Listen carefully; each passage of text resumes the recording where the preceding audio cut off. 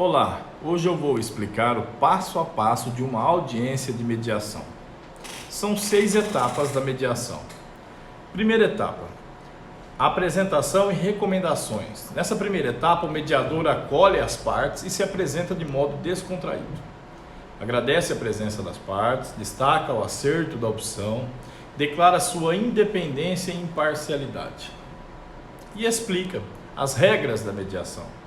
Esclarece a importância do sigilo, solicita um mútuo respeito e fala sobre a possibilidade de entrevistas individuais, o caucus. Deixa bem claro que o acordo vai depender das próprias partes. Enfim, colhe as assinaturas no termo de mediação e de sigilo. Segunda parte.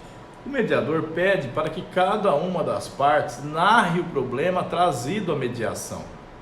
Geralmente, a parte requerente narra primeiro.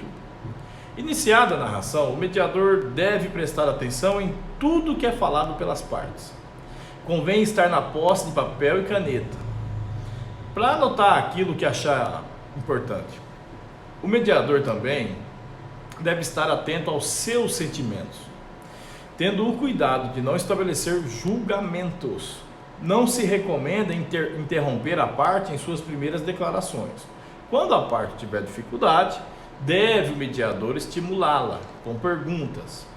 Caso a parte que está na vez de escutar interfira, prejudicando a continuidade da fala do outro, o mediador deve adverti-la e esclarecer que não deve interromper e que ela terá igual oportunidade de falar. O mediador pergunta se há alguma coisa ainda a acrescentar pela parte e, não havendo mais nada, conclui-se essa etapa. Terceira etapa. Se inicia no momento em que o mediador expõe um resumo do que escutou e pede para que as partes corrijam prontamente alguma inexatidão ou omissão. O objetivo do resumo é juntar as duas exposições numa só. A partir do resumo, elas podem despertar para outras particularidades do conflito.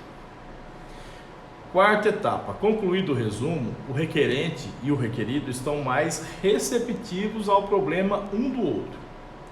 Começam a se desapegar das posições rígidas do início da mediação.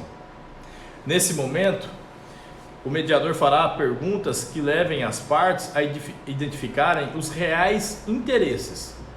Sempre que houver a possibilidade de acordos parciais, o mediador deverá incentivar as partes. Os acordos parciais podem aumentar a confiança no procedimento. Se o mediador constatar que o processo não está avançando, deve realizar entrevistas em separado, chamado caucus. Quinta etapa. Nesta etapa, são procuradas opções e alternativas para a solução do problema. O mediador pode até usar cartazes ou lousa para que sejam anotadas alternativas. Essa técnica se chama brainstorm. Exemplo, uma casa pertence a um casal. O mediador sugere que pode ser vendida, que pode ser alugada, que pode ser passada para o nome dos filhos e etc.